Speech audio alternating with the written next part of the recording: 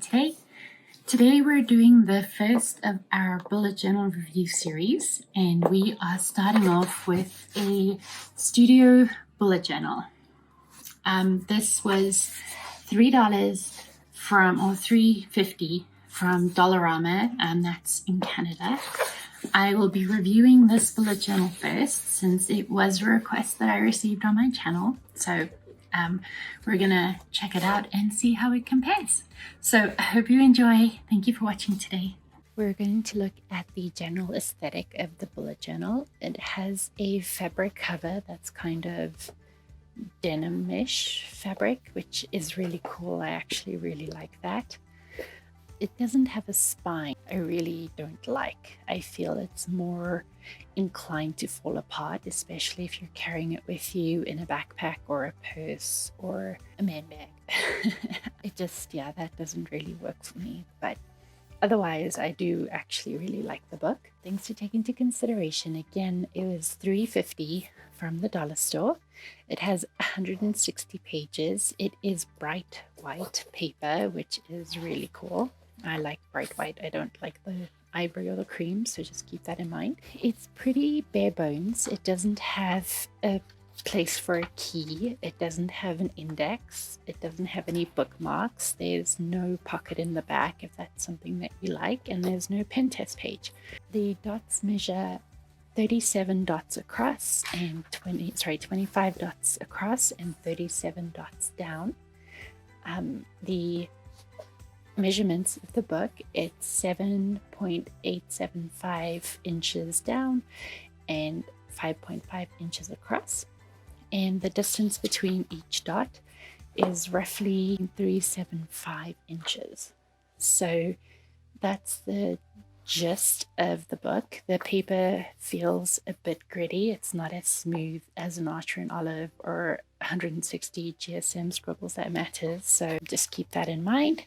And it's pretty thin. It doesn't say the thickness of the paper, but or the smoothness of the paper, but I can't imagine it's too thick. It isn't too thick, but we're going to go ahead and we're going to do a pen test. And I have a variety of pens that you'll see. I have a Papermate Flare, a gel pen, fine liner, a drawing pen, Micron, Prismacolor fountain pen, Tombow Brush Pen, a mild liner, a jelly roll, a Pentel sign pen, Crayola Sharpie, acrylograph, Tombow Fudonosuke. I have watercolor pencils, watercolor paints, and then for stamps I have dye ink, pigment ink, and then StazOn. And so yeah, we're gonna test all of those guys out in this journal. Start off with the pens. These are my wide variety of pens. We'll start with the Papermate Flare, and we'll just, and this of course is going dry. So Flare, a little bit of smudge, and then let's check for ghosting. There's ghosting, but no bleed through, or actually, I'm just being particular. There's very little ghosting. I'm just being fussy. My 160 GSM snobbiness is showing, which isn't fair. Okay, this is the gel pen, the Sharpie S Gel. And we'll check for smudge. There's quite a bit of smudge, but I find this bad boy smudges anyways. No bleed through, a little bit more ghosting, lots of ridging. We're gonna do a drawing pen. This is a 0.3 Tombow Mono drawing pen. Tiny bit of smudging, but if you let it dry for a second longer, you're not gonna have any issues. Oh.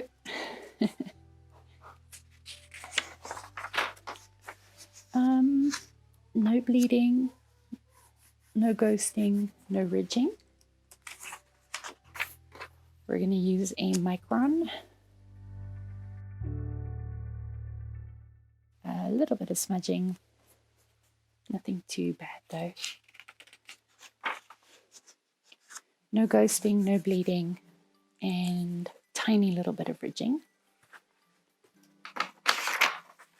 Okay, we're going to do the Prismacolor next.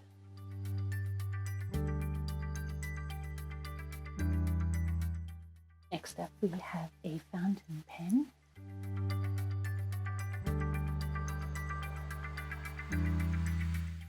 Lots of smudging. No bleeding, no ghosting, and a little bit of ridging. I decided to throw in a ballpoint as well. This is just a Bic pen. No smudging, no ghosting, no bleeding, and some ridging. Okay, I think that's all of the more serious pens. So now we're going to look at a Tombow Brush Pen.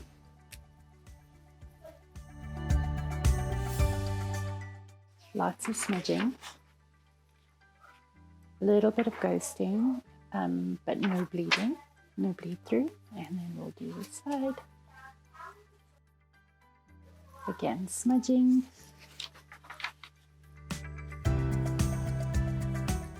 No ghosting, no bleeding, no ridging. And the fountain or the Tombow transferred over. Okay, let's do the mild liner. Lots of smudging. No ghosting.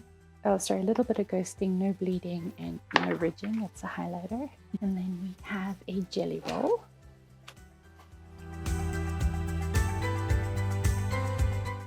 Lots of smudging. No ghosting, no bleeding, and some ridging, and lots of transfer. So you're going to have to let that guy dry for a while.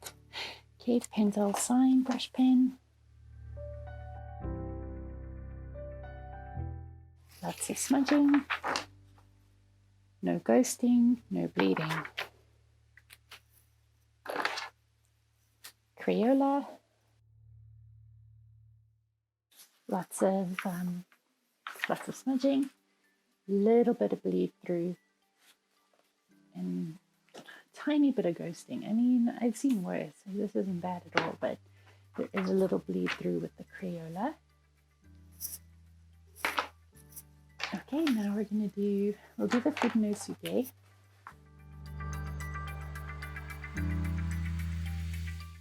Little bit of smudging, not as much as the Pentel.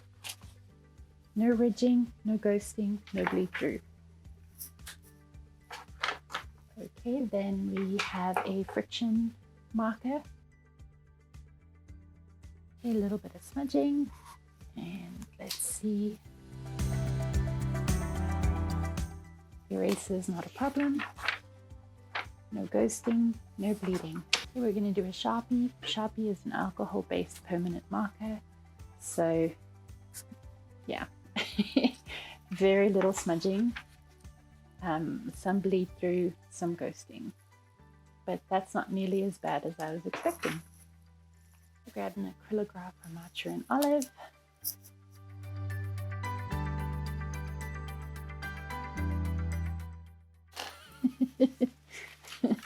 Okay, but no bleed through, a little bit of ghosting. That's actually very impressive. These are paint pens from Archer and Olive that are they're actually really cool. I really love them. But now we're going to move on to the more artsy tools and see how they hold up. I've grabbed some watercolor paints. I've grabbed dye ink, pigment ink, and a solvent ink. I've also grabbed pencil crayons just to see, and I've grabbed watercolor pencils as well. And I'll be using a water brush pen to transfer some of these. So let's start with the pencils first, and then we'll do the watercolors and then the stamping. Okay, so let's do the pencil crayon first.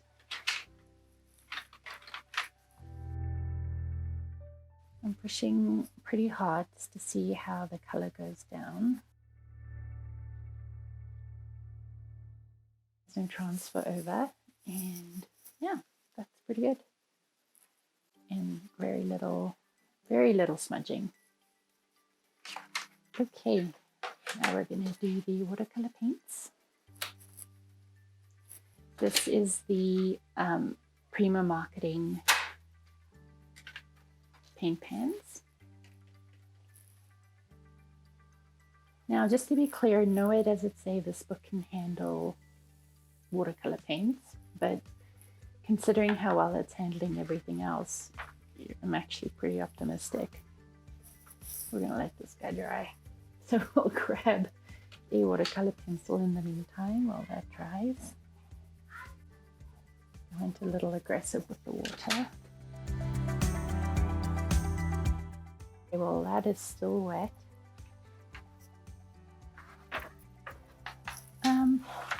Yeah, that's not bad actually. That's actually doing pretty good, but we'll come back and check on those when we're done with our stamping. So for stamps, I'm using the alphabet, number, and symbol stamps. They're more standard, I feel, in the bullet journal stamping community, so I thought I'd test these out and we can take a look.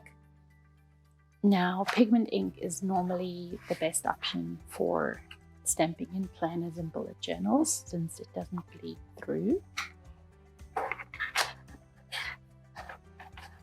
But it also requires a lot more dry time, and going by this, it's going to need a lot of dry time. Okay, and let's do one more smudging. Yeah, I mean, that wasn't even that much ink and there was a lot of smudging.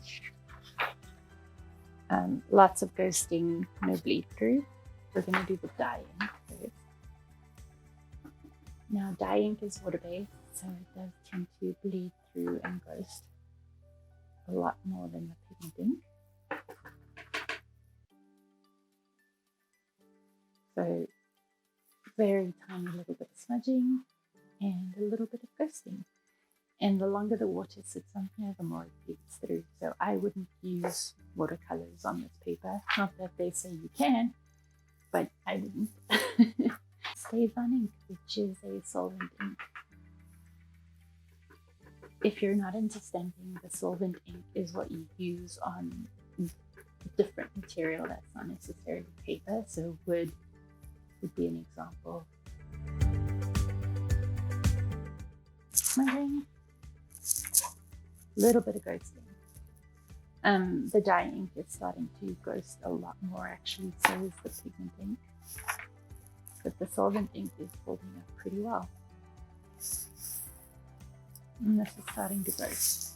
That's right, bleed through. So now that everything has had some time to sit, we're going to take a look and then do some final thoughts. Watercolor is a no-no. Sharpie is a no. Crayola bled through, which was surprising because nothing else really did. The pigment stamp did the worst, the dye ink did the second best, and the Stays On actually did really well. Overall, I am super impressed. I am super impressed with this, considering it's $3.50 at the dollar store. And yeah, it doesn't have the bells and whistles, but I don't really use the bells and whistles, so that's a big deal for me. And I hate this because I know that this is going to break for me. I'm hard on my journals, so overall, I have to admit I'm super impressed. I hope you enjoyed today's review. Next week we'll look at another bullet journal and we'll see how it does with the exact same tools. I've put them aside in my little box so that you can just grab them and go through. I am overall super impressed with this book. So I hope you enjoyed today's video. I hope you got a lot out of it. If you want to see more of my bullet journal review series, make sure to subscribe. And if you would like the video, that'd be great. And I will see you in the next one.